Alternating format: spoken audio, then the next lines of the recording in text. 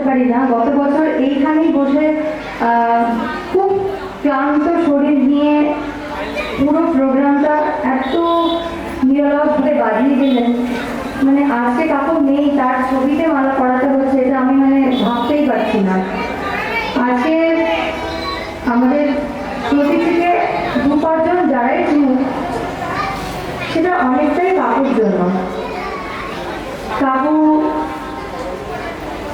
প্রথম দিন থেকে আমাকে যেভাবে প্রতিদিকে এগিয়ে নিয়ে যাওয়ার জন্য সাহায্য করেছে, মানে একে ওকে যাকে পেরেছে শুধুমাত্র বলে গেছে যে জয়িতা খুব ভালো গায়, জয়িতা খুব ভালো শেখায়, তাদের বাচ্চারা খুব ভালো গেছে, জানিস তো তোরা কিন্তু আসিস। তো নিজের মনে করে সমস্যাটা করেছে।